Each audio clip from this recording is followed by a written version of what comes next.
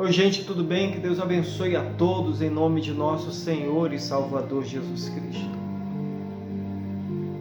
Pois é, né? A gente está aqui contando o nosso testemunho para você saber como foi a nossa trajetória até chegarmos aqui.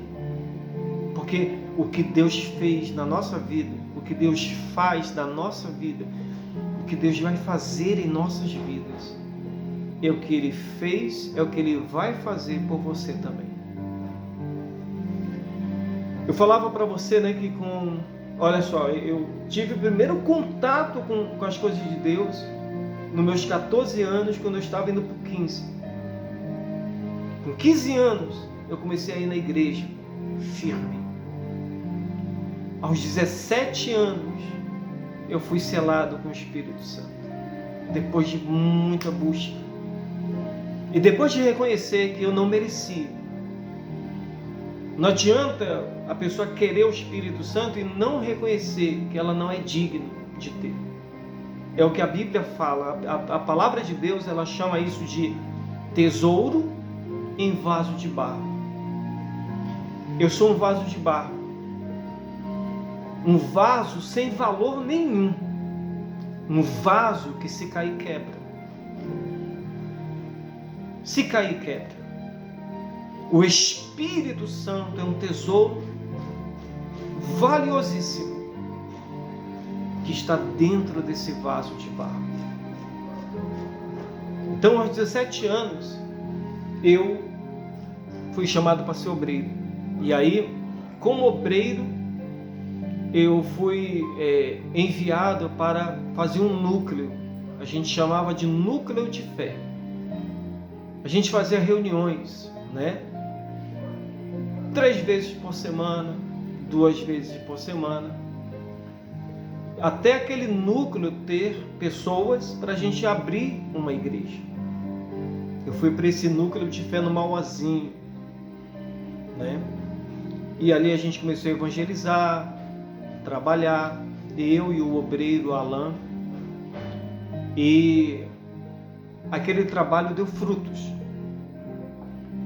E a gente começou a ver as pessoas chegando. 5, 10, 15, né? Daqui a pouco o pastor responsável pelo estado, ele me chama para conversar, e ele fala para mim assim: Cláudio,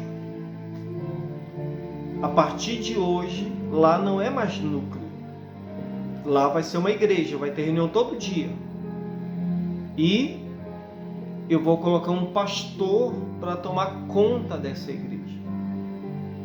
Eu fiquei feliz, né, mas ao mesmo tempo triste, porque eu falei assim, o pastor vai para lá, né, e eu gostava dali, o trabalho que a gente fazia.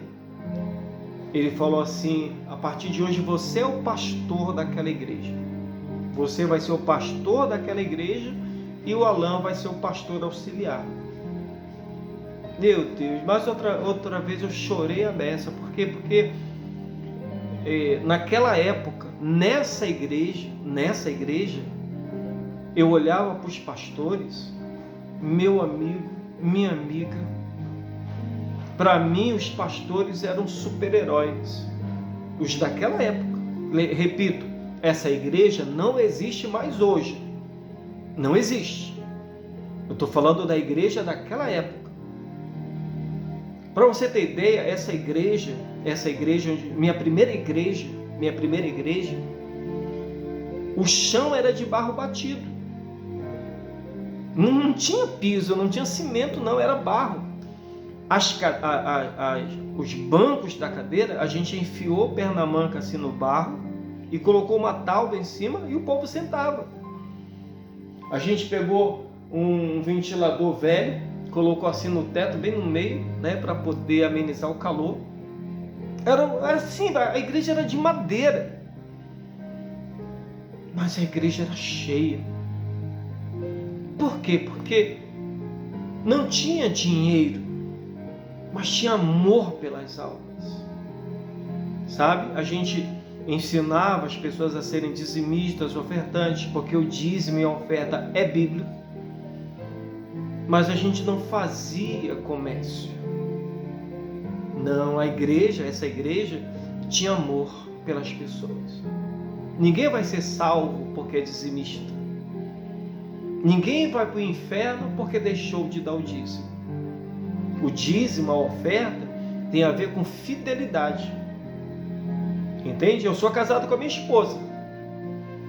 Se eu sou fiel à minha esposa, essa fidelidade minha, essa minha fidelidade, vai fazer eu tomar atitudes em relação à minha esposa. Entendeu? As minhas atitudes vão mostrar a minha fidelidade com ela. Não adianta eu dizer que eu sou fiel à minha esposa e eu não mostro isso. Entende? É a mesma coisa. O dízimo e a oferta é uma questão de fidelidade. Entende? De fidelidade, mas isso a gente vai ver depois na igreja. E aí, fui para a igreja. Meu amigo, minha amiga, que felicidade. Eu não me imaginava no meio daqueles pastores. Para mim, aqueles pastores, olha, eu nunca me imaginei como pastor.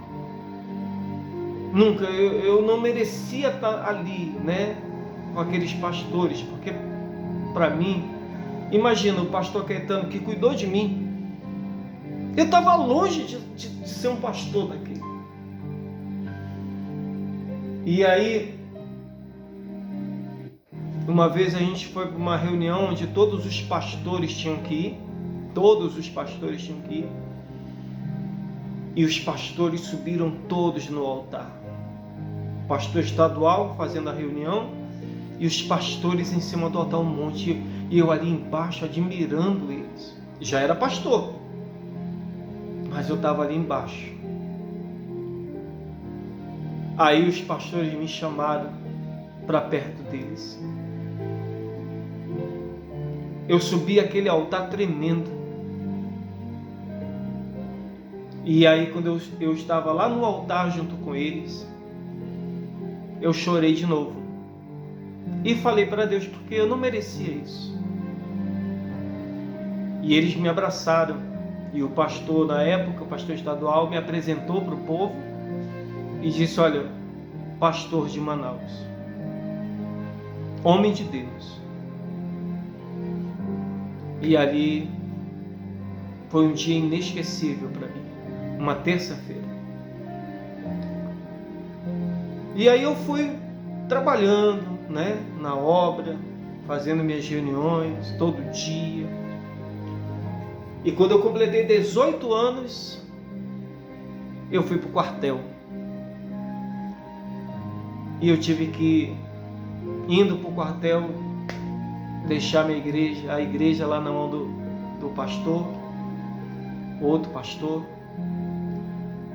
E eu fiquei um tempo, né, sem poder ir na igreja, porque, olha, foi um momento difícil para mim. Muito difícil, muito.